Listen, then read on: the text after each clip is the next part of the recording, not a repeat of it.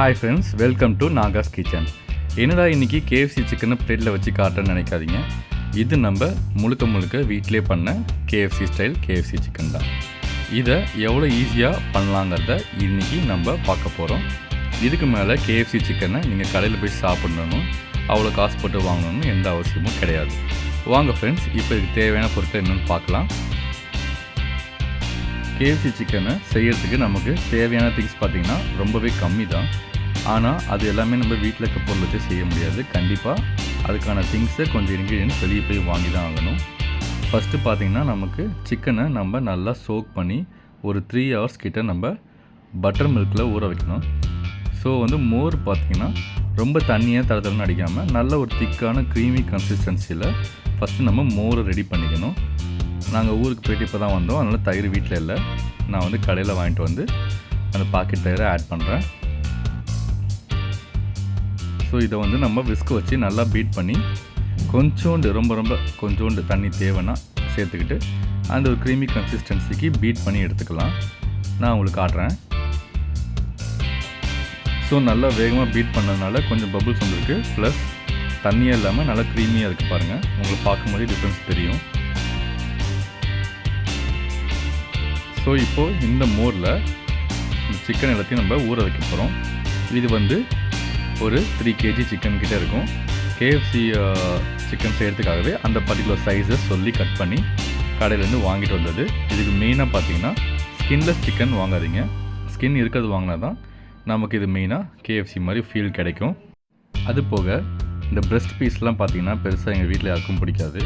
அதனால் நாங்கள் அந்த lower back and leg piece மட்டும் தை பீஸ்லாம் கட் பண்ணி அதை மட்டும் ஸ்பெஷலாக கேட்டு வாங்கியிருக்கோம்.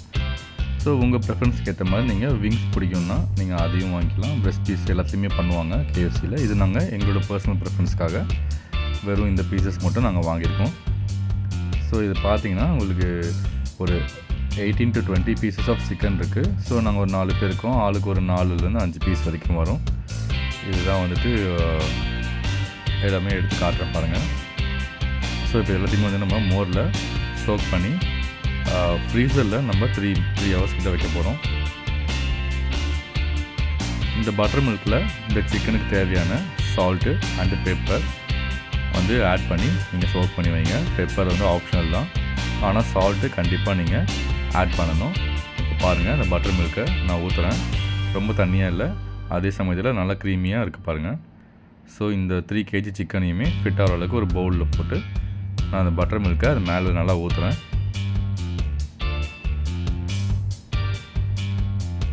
ஊற்றிட்டு நல்லா கிளறி விட்டுட்டு எல்லா இடத்துலையுமே டச் ஆகிற மாதிரி லைட்டாக ஒரு ஷேக் கொடுக்குறேன்.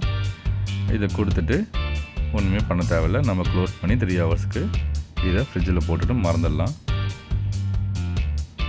இது நான் ஃப்ரீசரில் தான் வைக்கிறேன். ஃப்ரிட்ஜில் கூட வைக்கலாம், இல்லை வெளியே கூட வைக்கலாம், ஒன்றும் பிரச்சனை இல்லை. அது மொத்தம் 3 hours கிட்ட மேரினேட் ஆனால் போதும். நல்லா சோக் ஆகட்டும். 3 hours கழிச்சு நம்ம பார்க்கலாம்.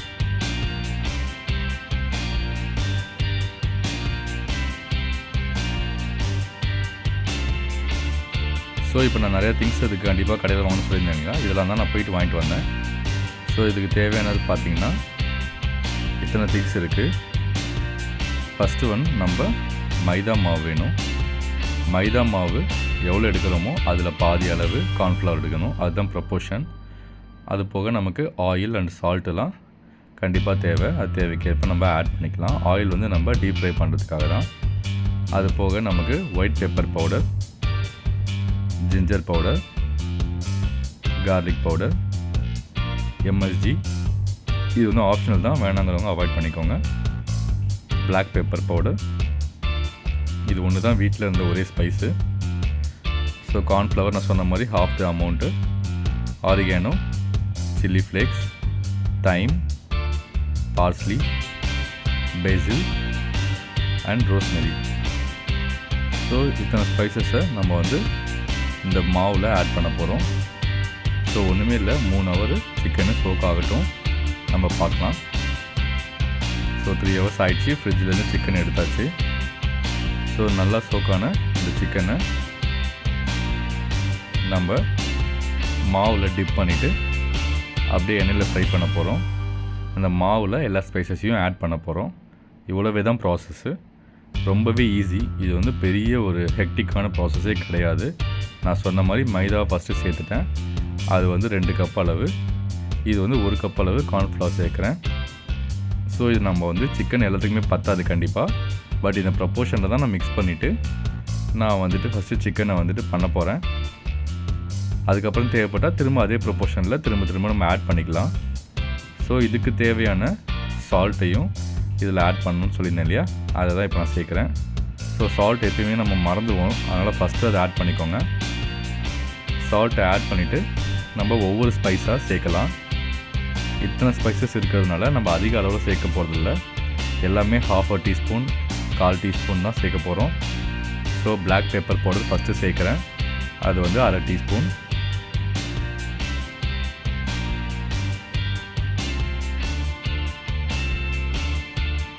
அதுக்கப்புறம் ரோஸ்மெரி, இதுவும் 1/2 டீஸ்பூன். ரோஸ்மெரி க்ரஷ் பண்ணி கூட நீங்கள் போட்டுக்கலாம், அது உங்களோட பர்சனல் ப்ரிஃபரன்ஸ் தான்.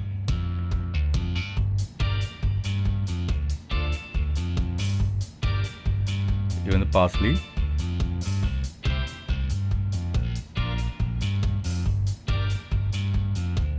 பேசில்,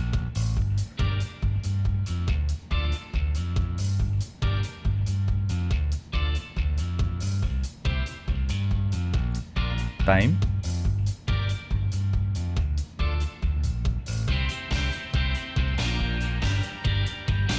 இது கூட ஆரிகானோ. ஸோ இது எல்லாமே பார்த்தா பார்க்கறதுக்கு சிமிலராக தான் இருக்குது, பட் ஒவ்வொன்றுக்கும் ஒவ்வொரு நேம் வச்சுருக்காங்க. சில்லி ஃப்ளேக்ஸ், ஆனால் இது உண்மையிலே செஞ்சு பார்த்ததுக்கப்புறம் உண்மையிலே KFC ஸ்டைலில் டேஸ்ட்டும் சூப்பராக அதே மாதிரி இருந்தது.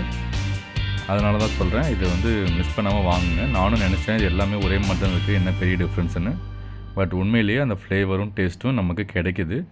ஸோ இந்த மாதிரி அதே ட்ரை விஸ்கை வச்சு நம்ம வந்து ஒரு மிக்ஸ் கொடுத்துக்கிட்டோம். இது கூட பார்த்திங்கன்னா நம்ம அந்த பவுடர் மசாலா ஐட்டம்ஸை ஆட் பண்ணலாம். இது வரைக்கும் ஆட் பண்ணது ஸ்பைசஸ்ஸு, அந்த லீஃப் ஐட்டம்ஸு. இது வந்து பார்த்திங்கன்னா chilli powder, red chilli powder first add பண்ணேன் 1 டீஸ்பூன்.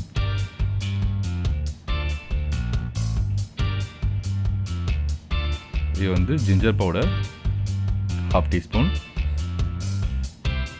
இது கார்லிக் பவுடர், இதுவும் 1/2 டீஸ்பூன்.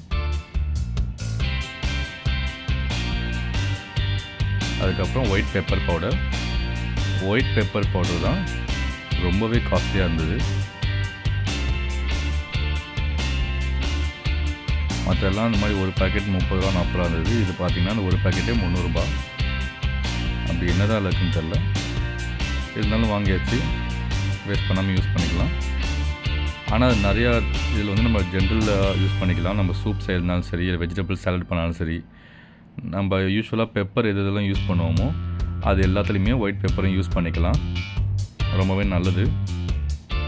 அது போக நம்ம பிளாக் பெப்பர் ஆட் பண்ணால் சில டிஷ்லாம் வந்து கருப்பாயிடும். அந்த மாதிரி கருப்பாகக்கூடாது, ஒயிட் கலர்லேயே மெயின்டைன் பண்ணணும் அப்படின்னா நம்ம வந்து அந்த ஒயிட் பெப்பர் ப்ரிஃபர் பண்ணலாம். ஸோ அது ஒரு சின்ன டிப் தான். இப்போ பார்த்திங்கன்னா ஒரு கடாயை நல்லா ஹீட் ஆக்கிட்டு அதில் நம்ம வாங்கின அந்த ஆயில் டிஸ்பென்சரில் இருக்க ஆயிலை சேர்க்குறோம். இதை யூஸே இன்றைக்கி தான் பண்ண ஆரம்பிச்சிருக்கோம். நம்ம ஏற்கனவே அன்பாக்சிங் வீடியோ போட்டிருக்கோம், அதை பார்க்காதவங்க பாருங்கள். ஸோ இப்போ ஆயில் அங்கே ஹீட் ஆகிட்டுருக்கு. நெக்ஸ்ட்டு நம்ம என்ன பண்ண போகிறோன்னா, சோக் பண்ண சிக்கனை மிக்ஸ் பண்ண ஃப்ளாரில் போட்டு கோட்டிங் கொடுத்துட்டு அங்கே ஹீட் ஆகிட்டுருக்க ஆயிலில் ஃப்ரை பண்ண போகிறோம். ரொம்பவே சிம்பிள், அவ்வளோதான். உங்களுக்கு இது பண்ணிட்டீங்கன்னா KFC சிக்கன் ரெடி. ஸோ இப்போ நான் சிக்கனை எடுக்கிறேன்.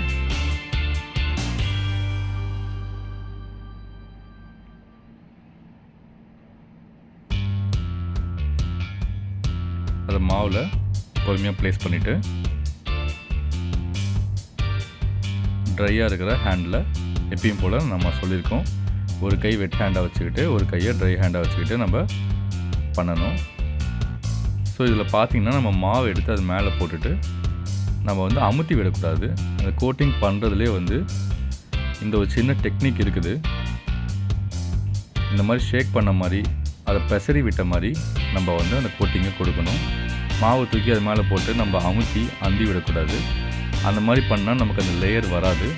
இந்த மாதிரி வந்துட்டு நமக்கு கோட்டிங்கும் ஆகிடணும்.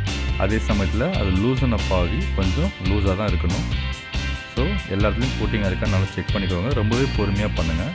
ப்ளஸ் இந்த சைஸில் பீசஸ் இருந்ததுன்னா நம்ம வீட்டில் எல்லாருமே டீப் ஃப்ரை பண்ணுற அளவுக்கு அந்த ஒரு வசதி இருக்காது. நம்ம கடாயில் தான் ஃப்ரை பண்ணுவோம்.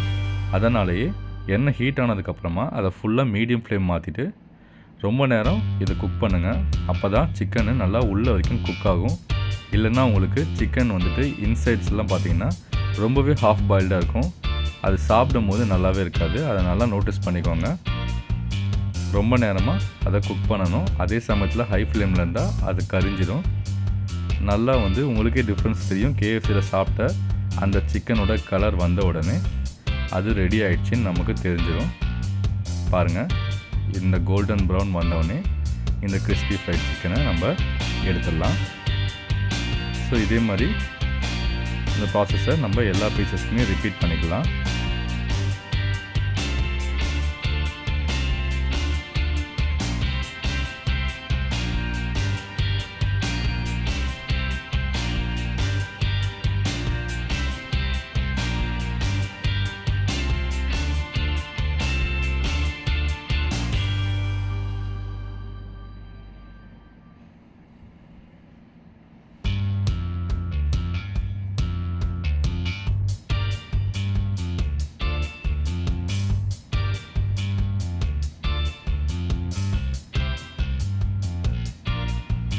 ஃபஸ்ட்டு ஒவ்வொரு பீஸாகவே போட்டு ட்ரை பண்ணுங்கள்.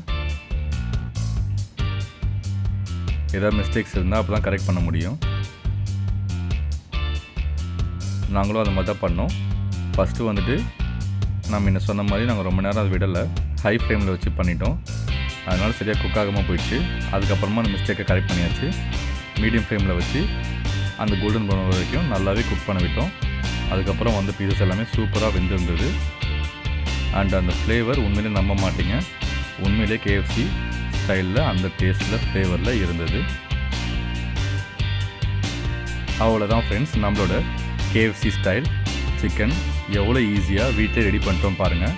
இது மேலே சும்மா டாப்பிங்க்கு நான் பெரிய பெரிய மசாலா ஆட் பண்ணுறேன், விச் இஸ் கம்ப்ளீட்லி ஆப்ஷனல்.